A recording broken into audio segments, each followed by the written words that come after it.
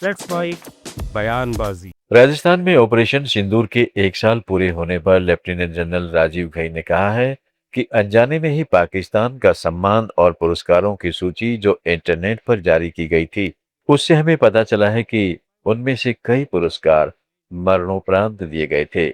नियंत्रण रेखा पर हुई झड़पों में उन्हें 100 से ज्यादा सैनिकों का नुकसान उठाना पड़ा। उन्होंने आगे कहा, अगर पाकिस्तानी अपनी लड़ाई लड़ने की क्षमता में उतना ही निवेश करते जितना वे अपनी कहानी गढ़ने में करते हैं, तो शायद उनका प्रदर्शन कहीं बेहतर होता। यह एक ऐसी सलाह है जिसे वे मान सकते हैं। You also said that what was it so compelling that we did, which forced the Pakistanis to come to the negotiating table? What compelled them? You've just heard Air Marshal Bharti give out the statistics. If I was to add the damage that we caused on the line of control, for instance, inadvertently, their honors and awards list, which was out in the internet domain, told us that so many of those awards were given posthumously. So the numbers that they suffered on the line of control in the exchanges that followed, they lost more than 100 soldiers. That number is in excess of 100. 100 terrorists were what were killed in those 9 terrorist camps. So there was innumerable amount of damage which compelled them. And at the end of the day, if the Pakistanis were to make the same amount of investment in their battle fighting ability as much as they do in the narrative, I think they would have fared much better. So, that's advice that they could take. Bharat दौरे पर आए Vietnam के राष्ट्रपति to लेम ने प्रधानमंत्री जवाहरलाल नेहरू को याद करते हुए कहा है कि हम जवाहरलाल नेहरू को कभी नहीं भूल सकते। वियतनाम की जनता का उनसे 75 साल पुराना रिश्ता है। भारत और वियतनाम के संबंध केवल कूटनीति तक सीमित नहीं है, बल्कि यह ऐतिहासिक विश्वास और मित्रता पर आधारित है। As they strove together for independence, peace, equality and prosperity.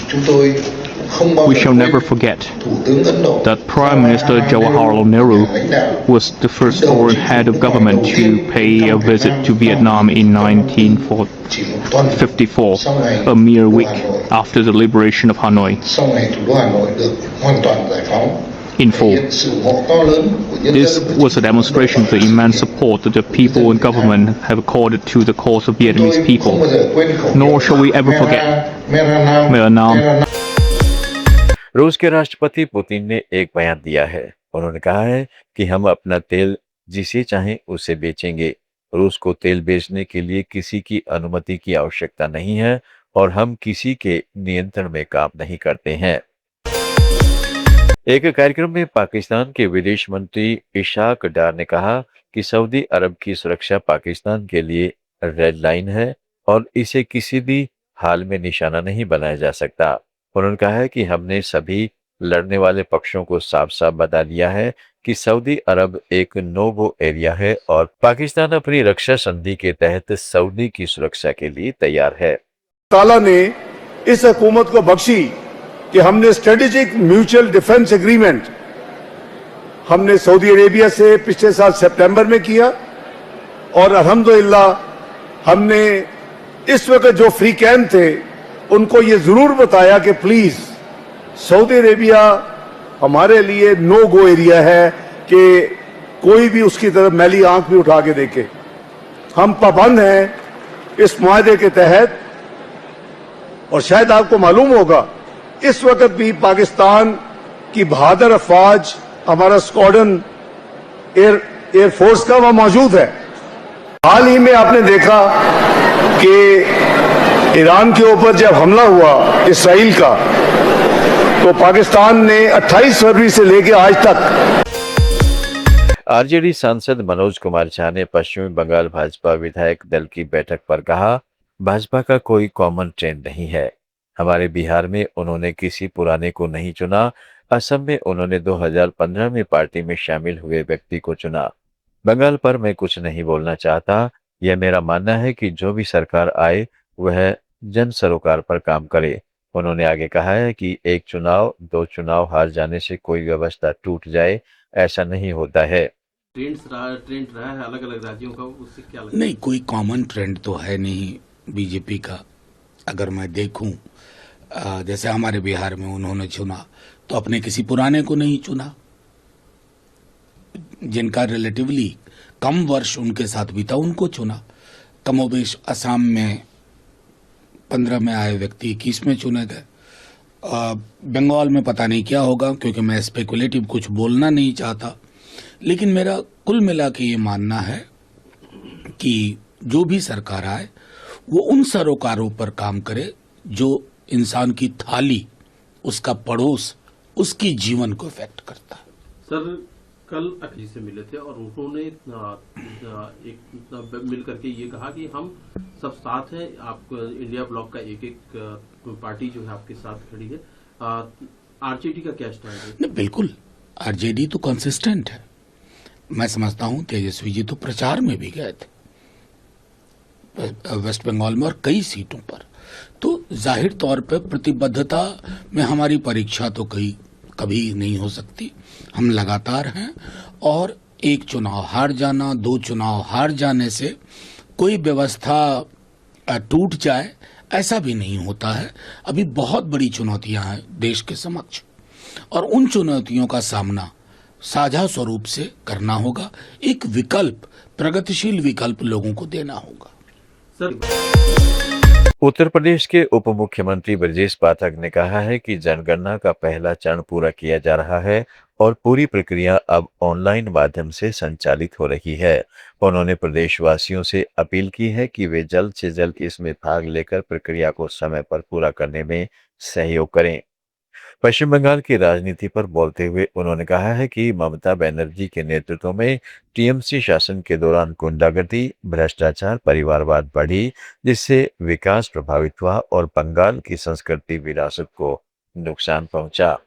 प्रक्रिया शुरू हो चुकी है, अब से कुछ देर पहले जनगणना का प्रथम चरण संपन्न हो रहा है। आज हमने पूरी प्रक्रिया ऑनलाइन संपन्न की है। जनगणना के ऑफिसर्स आज आवास पर आकर के पूरे प्रपत्र को हमसे भरवा करके ऑनलाइन ले गए हैं और मैं प्रदेशवासियों से अपील करता हूं कि प्रथम चरण में शीघ्र से शीघ्र प्रतिभाग करके प्रक्रिया को आगे बढ़ाने का काम करें, जिससे समय से जनगणना पूरी हो सके।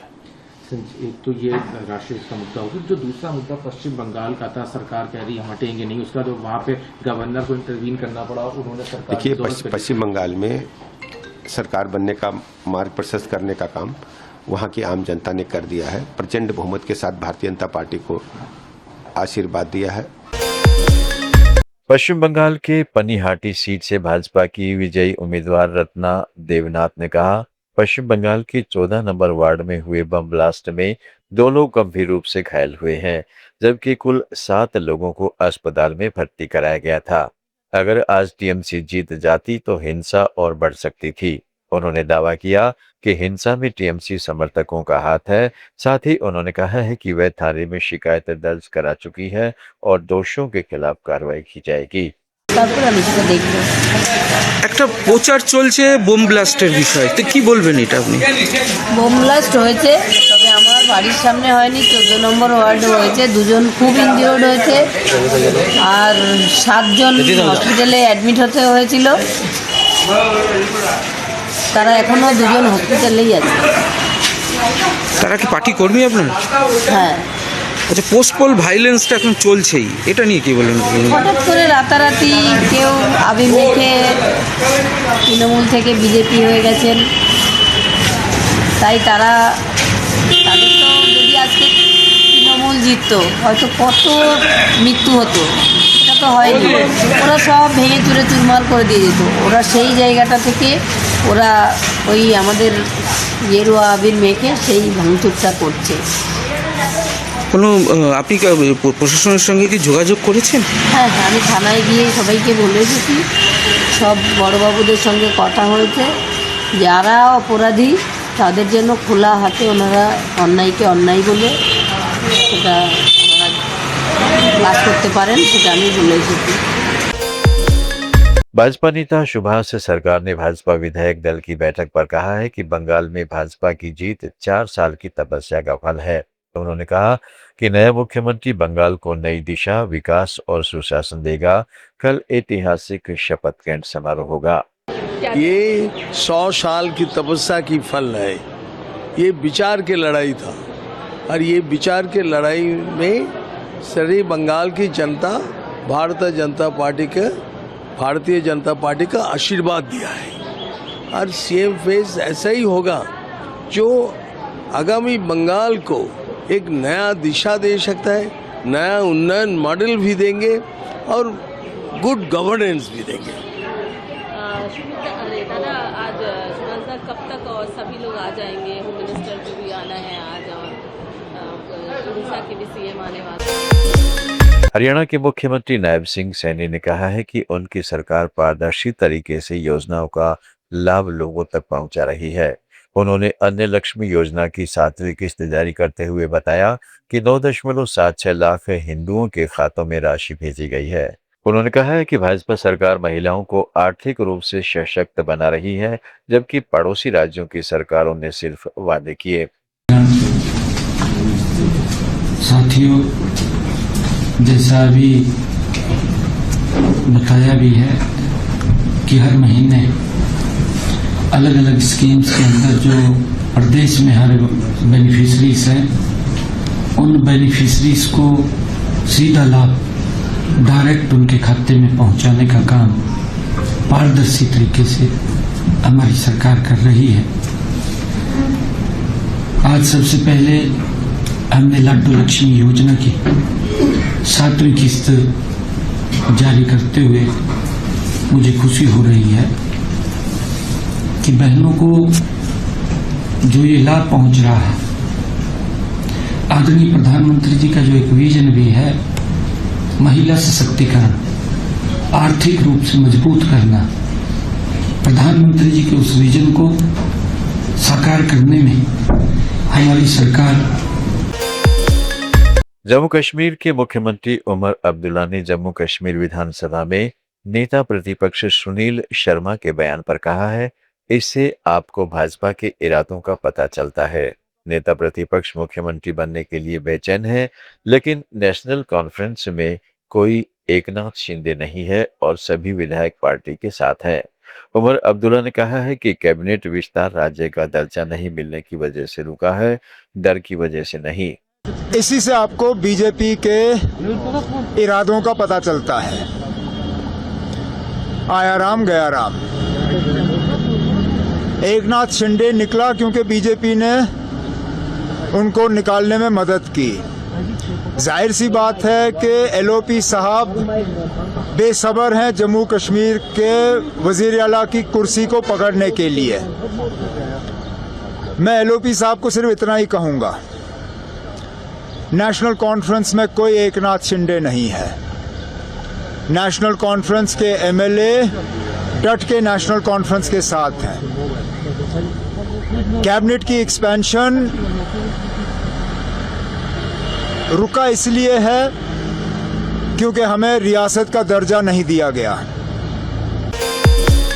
उत्तर प्रदेश के उप मुख्यमंत्री केशव प्रसाद मौर्य ने कहा है कि कोरोना संकट की वजह से जनगणना में देरी हुई। उन्होंने बताया कि इस बार जाति का कॉलम भी शामिल है और लोगों से इसमें भाग लेने की अपील की है। साथ ही उन्होंने अखिलेश यादव पर निशाना साधते हुए कहा है कि सपा की सत्ता में वापसी की कोई संभावना नहीं है। मतलब एक तरह से विलंब से इसलिए हुई कि बीच में जब होना था उस समय कोरोना का संकट आ गया था और इस जनगणना का लोगों को इंतजार था, क्योंकि माननीय प्रधानमंत्री श्री नरेंद्र मोदी जी के नेतृत्व वाली सरकार ने जनगणना के साथ साथ जो एक लंबे समय से मांग थी, जो कांग्रेस ने नहीं किया, ये सपा वाले हों, टीएमसी वाले हों, कांग्रेस वाले हों, ये केवल ओबीसी वोटर को मतलब बरगलाने के लिए कि भारतीय जनता पार्टी की सरकार जाति जनगणना नहीं करा रही है। तो पहले तो घरों की जनगणना होने जा रही है, घरों की गणना के बाद जनगणना होगी। जनगणना में जाति का भी कॉलम है, इसका बेसब्री से लोगों को इंतजार था। मैं सबसे अपील करूंगा कि इस जनगणना के अभियान में हिस्सा लें और जनगणना के कार्यक्रम को सफल बनावें। और जो विपक्ष अनावश्यक रूप से विषय उठाया करता था कि अभी केवल घरों की गणना हो रही, जाति की गणना नहीं हो रही, तो श्री अखिलेश यादव जी से बताना चाहता हूं कितने घर हैं भारत में या भारत के बाहर, उत्तर प्रदेश में या उत्तर प्रदेश के बाहर, उसकी जानकारी जनगणना आयोग से जो आएंगे कर्मी उनको ईमानदारी से देने का काम। बयानबाजी में आज इतना ही। जुड़े रहें लेट्स माइक के साथ।